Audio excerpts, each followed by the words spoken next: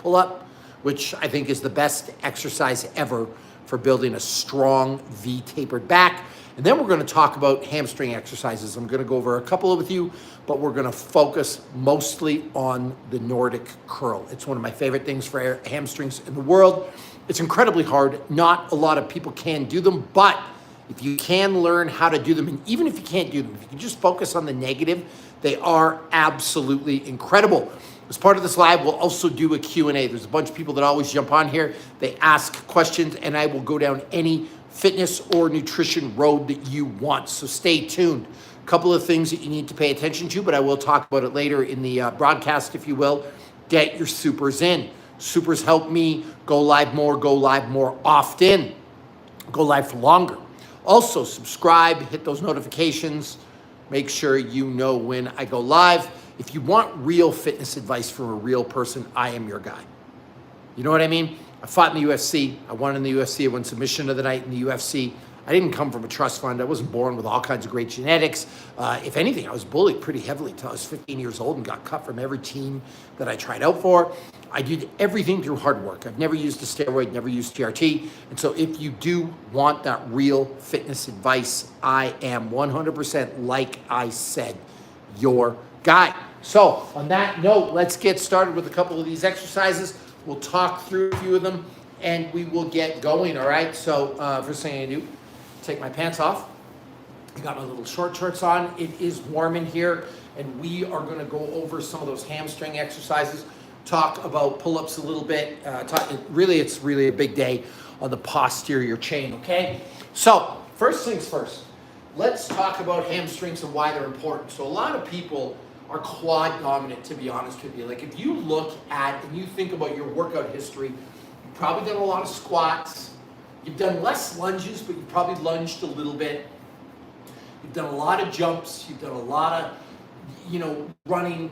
But how many dedicated hamstring exercises have you really done, right? Like maybe you've done some hamstring curls. Maybe you've done some Romanian deadlifts, but like in my opinion, or at least not my opinion, my experience, not a lot of people have done a ton of Romanian deadlifts, a ton of straight leg deadlifts. Deadlifts tend to be a scary thing for people in the non-functional community. There are some influencers that are bringing it back a little bit, which is great to see, some of these strength guys. But overall, I think deadlifts get neglected. So overall, if people have some weakness or some imbalance, it's usually honestly in the posterior chain. And by the posterior chain, I'm talking about your back, right? So your back, obviously, and the back of your legs. So, just gonna move this out a little bit. That's generally where you see the issue. So we're gonna talk a little bit about posterior chain and how to strengthen it. And by the way, that's just not the case for the hamstrings either. Like when you look at bench press versus pull-ups, like people can often bench a lot more than they can pull up. So again, we're gonna cover some stuff for the hamstrings and pull-ups. Now, first things first with hamstrings, the king of all hamstring exercises is right here. It's called the Nordic curl. You need to hook your feet under something, and that's why I have a Nordic curl bench. These are savagely hard. In fact, rarely can I do these cold. I'm doing them cold right now. I haven't even warmed up. I'm just talking to you. So I'm going to do a warm-up set to start, but a lot of people can't do these. Again, you need something to hold your feet down. Some people put some padding under a barbell, but again, you need some type of counterweight, if you will. From there, it's almost like you're doing a preacher curl, but for your hamstrings, right? So you're going to curl yourself up. What often happens if you are on a hamstring curl machine, you're curling your hamstrings, but you're moving that lower portion of your leg to create the movement. That's almost staying locked, like the lower portion of your leg from your knee down, that's staying locked and you're curling the whole of your upper body. So it's an incredibly difficult exercise. I'm going to do a set of 5 to warm up right now. I'm going to do just a bit of a negative. And I'm going to push myself up. The reason I'm doing that, I'm getting close to warm. And you don't do these warm, you can snap a hammy. 2,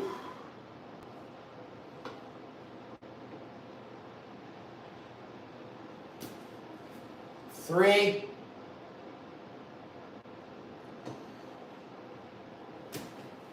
4,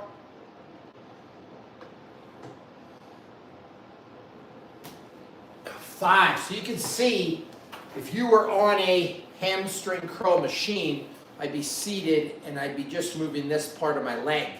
For the Nordic curl, this is staying static and I'm curling the entirety of the rest of my body. All right, so a couple questions here. Warrior Wisdom, hey, I won't be able to watch your entire live today. Stopping by to say hi. Hope you have a great workout. Thank you, my friend. Really appreciate all your positivity and support. Avatar Daily Fitness Journal. Are you doing only Nordic curls for a month? No other workout? No, of course I'm doing other workouts.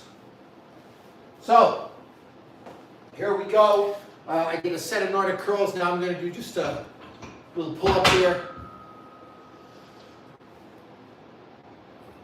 Just 1 rep. I'm just doing 1 right now.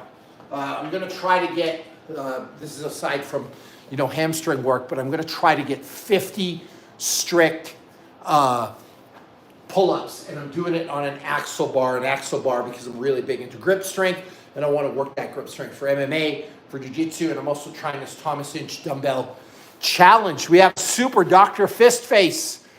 Generally don't see you bent over and struggling. How often should you max out heart rate and anaerobic effort? Really, really appreciate the super, by the way. So, in terms of bent over and struggling, I assume you mean like really out of breath and stuff like that.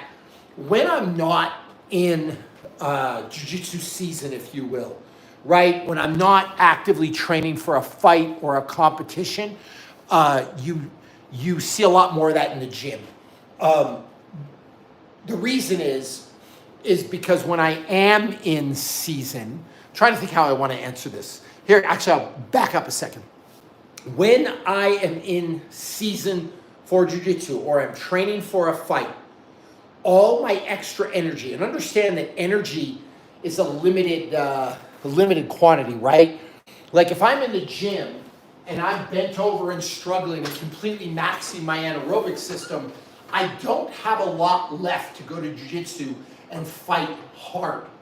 So when I'm in season for jiu-jitsu, any of that really, really hard breathing, where I'm maxing out my heart rate, where I'm pushing myself to the brink, gets done in jiu-jitsu. It gets done in the actual sport. I'm not doing it on a skier, not doing it on a rower, not doing it running. I am doing it 100% in jiu-jitsu, all right? Now, the reason that's happening, and right now, by the way, I'm doing Nordic curls again, but less of a negative. The reason that happens is because I could have great cardio on the skier. I can have great cardio on the rower, great cardio running, but that doesn't mean I'm gonna have great cardio doing jiu-jitsu. Like, to be good at the thing, you have to do the thing. So Dr. Fistface, understand, all my hard breathing efforts where I'm bent over, where I'm drenched in sweat, where I feel like I'm gonna throw up, all the things, they're sport specific, okay? So my gym work then becomes supportive of that. So what you're seeing a lot from me in the gym at that point, strength work, and my conditioning work is like a lower cardiovascular grade conditioning where it's maybe like, if you know what zones are, I'm doing zone 2, zone 3 type stuff. I'm doing that in the gym or outside. That's when I go for a run, stuff like that, to support those zone 4, zone 5 efforts in jiu-jitsu, all right? So just, keep that in mind. Now, it switches when I'm in the off season. So, Dr. Fistface, and we're devoting a lot of time to your question, but you deserve it. Thank you for the super. Really, really appreciate that. When I'm not in jiu-jitsu season, right? When I don't have a fight coming up, I will allow myself to do more of that in my strength conditioning. So that's when you'll see like a 2,000 meter row for time, or some like truly hard intervals, because in jiu-jitsu I'm just doing technique. I'm not rolling crazy hard. I'm kind of, entering an off season right now. And so then I can go to jiu-jitsu and just practice my technique. And so it's not like an energy drain. Tell me if that makes sense to you, because that's like a theory that a lot of people need to know.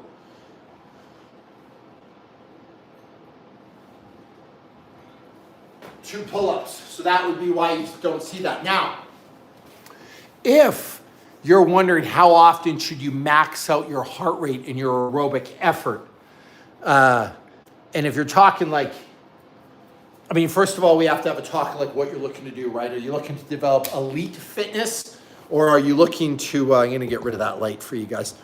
Are you looking to develop elite fitness, or are you looking to develop general fitness?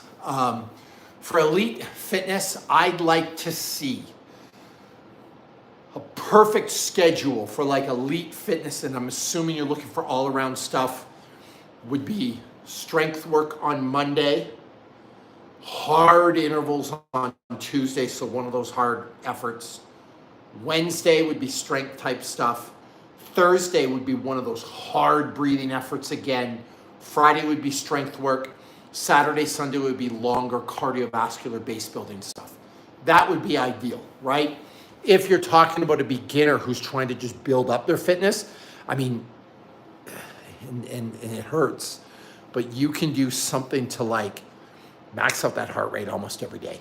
Not long, not like an hour, but like a little 5-minute finisher, a 6-minute finisher, nothing wrong with that at all. And if you look at my book, Maximus Body, a lot of people pick those types of finishers, okay? So just, if you're a beginner, you get more leeway with that. You could do it a lot more because you need a lot more work. But if you're advanced, and here's the difference between beginner and advanced, right? For a beginner just needs a lot of volume. For an advanced person, it's a mix of volume and intensity. Like intensity really starts to matter. And what you start to see is for a beginner, there's this work that happens in the middle. So if you picture a big pyramid, bottom of the pyramid is base building work. Middle of the pyramid is like this junk intensity, mid intensity type area. And the top is like ultra high premium intense work. If you look at a beginner, the junk intensity is where it's at, honestly. That's where you get the bang for the buck. That mid intensity, that's gonna really, really, really improve people's fitness rapidly. But once that fitness is improved, you'll start to plateau doing that stuff. Then you gotta do that real slow base building work and that super high intensity stuff that you need to be dialed in for. There we go. I'm just doing negatives with these right now, just slow, and I'm popping myself back up, nothing hard. All right, afterwards I'll do a video when I'm done on the YouTube of actually doing, I have 4 of these today. It's day 4 of Nordic curls. So, Dr. Fistface, hopefully that makes sense. All right. Dr. Fistface, I'd like to think elite, but more likely just doing health and wishful thinking. I've been doing max effort 2 or 3 max effort calories a week. Yeah, that works. That's like I said, like you're probably there where, and it's not even for elite, but you probably have a good base of fitness, right? If you're tuning in and watching me. So Monday strength stuff, Wednesday strength stuff, Friday strength stuff, Tuesday, Thursday, make a really one of those efforts. And then Saturday, Sunday, I would do some longer cardiovascular stuff. Question for you, do you do longer cardiovascular stuff? It's really, really important, highly underrated, by the way.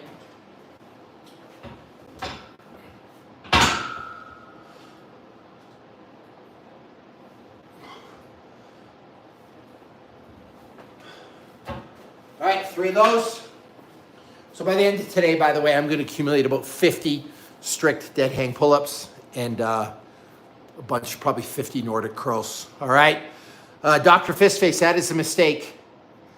I would do, listen, if you can get even on just a Saturday, an hour of just slower cardiovascular pace stuff like 65 to 70% max heart rate, it will improve your fitness leaps and bounds. Nobody likes doing it, but they do it.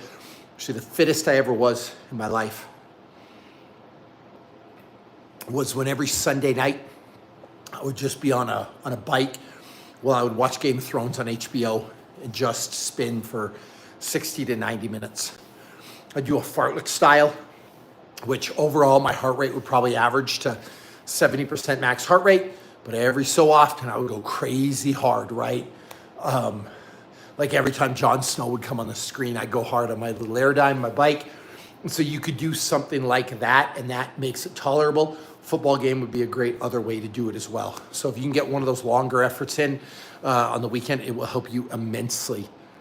Ivan Alvarez, what training did I do this morning? What was it this morning? Oh, it was a ton of decline push-ups. So a ton of push-ups with my feet on a bench and a 45-pound plate on my back. I did a 20-to-1 ladder. It blew me right up. And Dr. Fistface, yeah, it will help you immensely. Do it while you're watching a show, though. That's the easiest way to do it. That's why it's tolerable. With fartlek, really what fartlek means, I should explain this, it's speed play. And what you do is you hop on a bike. You don't just go steady state. Like I said, you ever play that game when you run and you sprint telephone pole to telephone pole? So maybe 5 seconds out of every 2 minutes you go hard. 10 seconds out of every 2 minutes you go hard. Maybe during the commercial breaks you go hard, and then during the game you go slow. But you play with the speed, and so you will get some sprints where your heart rate's elevated. You will get some much slower portions, but overall the heart rate will average out to somewhere around 70% max heart rate. Nice and slow. Like I said, just warming up for my forward Nordic curls today. Because I have 4.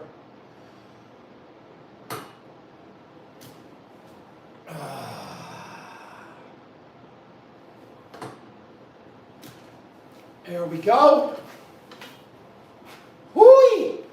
All right, so I promised you some hamstring exercise. So number 1, back to the hamstring talk. All right, Nordic curls are the best things for hamstrings. And the reason why is because they're the most functional, and they do have, there's a strong correlation between vertical leap, 45 years old, I can get like a basketball, and fast sprinting times with these. So Nordic curls, if you can't do genuine Nordic curls, like I mean the full thing, the full Monty, then do negatives. That still will be better than any other hamstring machine. So remember that.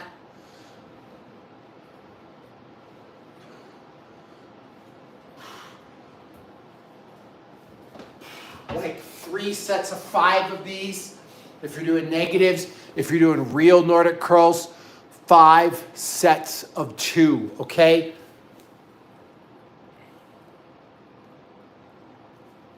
All right, so that's one hamstring exercise you can do. So again, 3 sets of 5 if you're working on the negatives to push back up.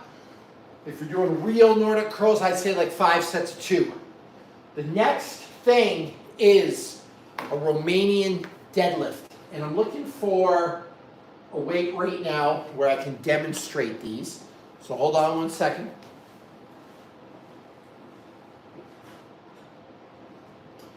All right, so we're going to grab a dumbbell, okay? Now for the Romanian, what I like to do for these, not straight, knees slightly bent, right? Then what you're gonna do, you're gonna lower this to the ground, but by sticking that butt back with the back arched. I don't wanna start changing the angle and turn it into a genuine deadlift. So here, see how far that butt's traveling back, butt back, butt back, butt back.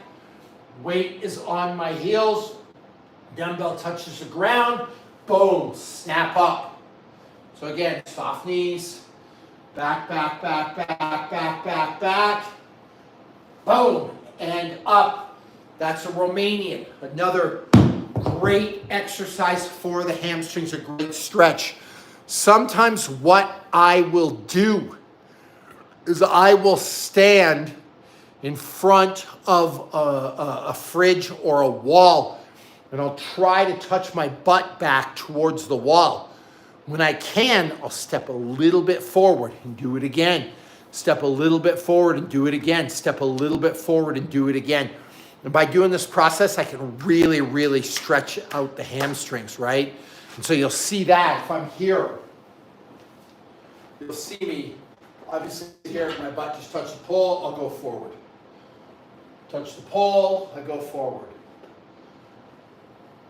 Oh, now we're getting there. That right there is about the perfect distance, and that is really pulling in the hamstrings. But you can see how far my butt travels back. The mistake people do is they just bend over and their butt doesn't travel back. That's not what you want. You want that right there. That's what you want for the Romanian deadlift. So the 3 exercises we're going to look at are, number 1, obviously the Nordic curl. Number 2, the RDL. And then the number 3 exercise for your hamstrings that I absolutely love is the standard deadlift. Just a standard, good, old-fashioned posterior chain deadlift, all right? Now, with the deadlift, I don't think you need to go heavy. And especially if you've already done Nordic curls and RDLs to pre-exhaust. You do not want to go heavy on the deadlift, okay?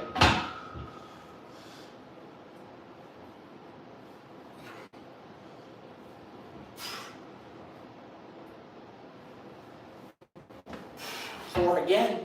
So, you do your 3 sets of 5 Nordic curls. I would do 3 sets of 10 Romanians. Then, with your deadlift, I wouldn't go heavy. 3 sets of 20 reps at 30% of your 1 rep max. Just nice and light for form, okay? If you were to do those 3 things, call it once to twice a week, Monday, Thursday, Tuesday, Friday, a little bit of rest between each, you're gonna need it because your hams are gonna be lit up. But if you did that, 3 sets of 5 negatives for the Nordic curls, or 5 sets of 2, 5 sets of 3 real ones, then you were to do 3 sets of 10 Romanians, you know, somewhere between a 16-pound and a 36-pound kettlebell, really big stretch. You remember that butt back towards the wall or the pole. And then 3 sets of 20 deadlifts at 30% of your 1 rep max. That there is an incredible workout for the hamstrings. You want to build bulletproof hamstrings, that workout right there will 100% do it, okay? Ivan Alvarez, I do the 10 by 10 bench or squat workouts, and the next day I don't feel sore. Is that okay? I use 50 to 60%. Depends on your rest break, right? You want to build acidity, and the rest break helps build acidity. So first of all, if I'm doing my 10 by 10, I don't rest longer than 2 minutes between each set. So you probably want to rest somewhere 90 seconds to 2 minutes between each set. Any more than that, you're not going to get the acidity you're looking for. You're probably not going to get the soreness you're looking to get. Number 2, your 1 rep max might not be, it might be higher than you think it is, to be honest with you. You might have testing anxiety. There might be a limiting factor that's inhibiting your ability to lift max. But up the weight. So here's the deal, right? You do 10 by 10 bench at 135, we'll say. And that's 50% of your 1 rep max. If you can do that easy, you could do all 10 sets of 10 with 2 minutes rest strict, and you're not sore the next day, the next week up the weight to 145 and try it again. So you get 10 sets of 10 again, 2 minutes rest, you're not sore, the next week go 155. Well, you see the pattern. Eventually, you won't be able to complete 10 sets of 10, and that will start to bring you to failure, and that will start to drive acidity, which will drive soreness. So you probably need to use a little bit more weight, and you need to really dial in with those rest breaks, all right?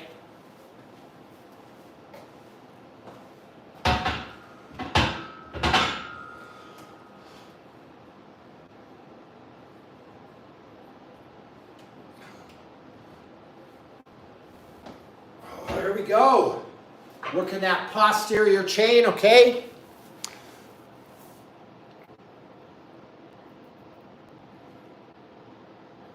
Now, Avatar Daily Fitness Journal. I don't know why you're talking in all caps, yelling at me, but why am I interested in hamstrings? Yes, very important for BJJ, very important for MMA, very important for basketball, very important for football, almost every real sport. That's why I'm so interested in hamstrings. And you asked a while ago why I'm not interested in bodybuilding. I mean, I am. I love strongman stuff, but I'm really interested in functional athletics. So It's been a great day today. I'm going to get my workout done. Just wanted to give you some hamstring information. Thank you for the supers. Anyone else who's watching, if you want to get a super in before we go, would really, really appreciate it. I give you a ton of knowledge here, so would really, really appreciate that. And remember your hamstring workout. 3 sets of 5 negatives on the Nordic curl, 3 sets of 10 RDLs, 3 sets of 20 deadlifts at 30% of your 1 rep max. Bulletproof hamstrings. Until next time.